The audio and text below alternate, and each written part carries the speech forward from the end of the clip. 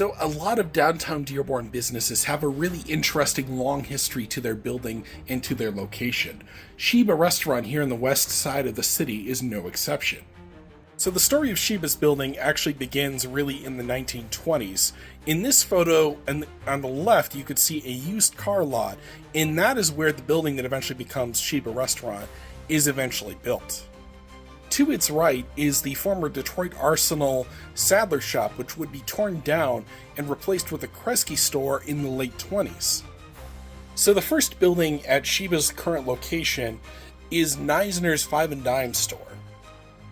These Five and Dime stores were basically, they were like department stores, really kind of discount focused with low prices on everything, and they also had soda fountains and cafes.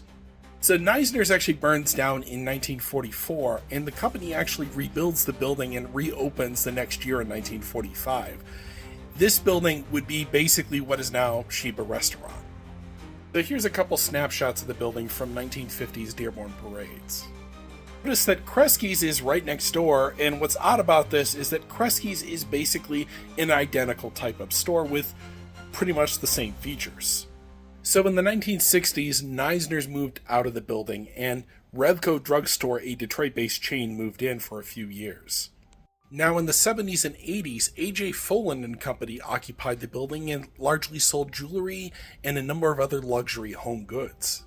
Now in the 90s, the building sat vacant for a number of years before being repurposed for Cafe Hawaii, which the Detroit Free Press did not care for in its various food reviews.